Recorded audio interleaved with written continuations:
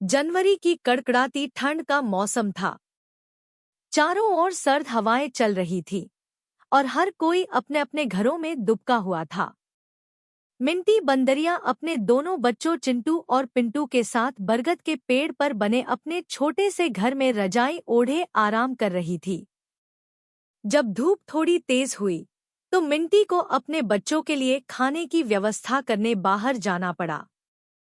जाने से पहले उसने प्यार से दोनों को समझाया कि वे इतनी ठंड में बाहर न निकलें, नहीं तो बीमार पड़ सकते हैं। दोनों बच्चों ने हामी तो भर दी, लेकिन उनके मन में बाहर की दुनिया देखने की उत्सुकता बनी रही।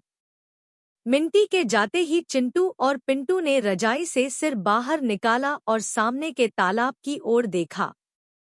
वहां बत्तख आंटी के बच्चे पीलू और नीलू पानी में छप छपा छप खेलते हुए मस्ती कर रहे थे। उन्हें देखकर चिंटू पिंटू का मन भी खेलने के लिए मचल उठा। पीलू और नीलू ने उन्हें भी खेलने के लिए बुलाया और कहा कि धूप निकल आई है, अब ठंड नहीं लगेगी।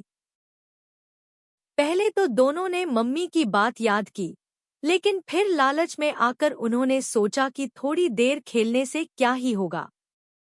यही सोचकर वे भी तालाब में कूद पड़े और चारों मिलकर खूब देर तक छप छपा छप खेलते रहे। शाम तक जब मिंटी वापस घर लौटी तो उसने देखा कि चिंटू और पिंटू बुरी तरह कांप रहे हैं। उन्हें तेज बुखार है और वे लगातार छींक रहे हैं। उनकी हालत देखकर मिंटी घबरा गई और तुरंत उन्हें लेकर डॉक्टर जेरू जिराफ के पास पहुंची। डॉक्टर ने जांच कर बताया कि ठंडे पानी में ज्यादा देर तक रहने की वजह से उन्हें निमोनिया हो गया है।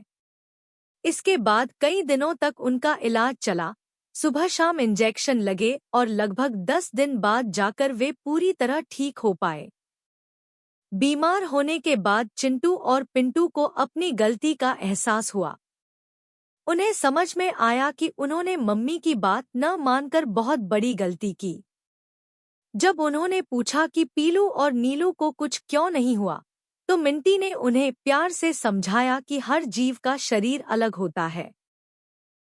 बत्तखें पानी में रहने के लिए बनी होती हैं, इसलिए उन्हें ठंड नहीं लगती, लेकिन हम नहीं। इस बात को समझकर दोनों बच्चों ने मन ही मन ठान लिया कि आगे से वे कभी भी अपनी माँ की बात नहीं टालेंगे और बिना सोचे समझे किसी की नकल नहीं करेंगे।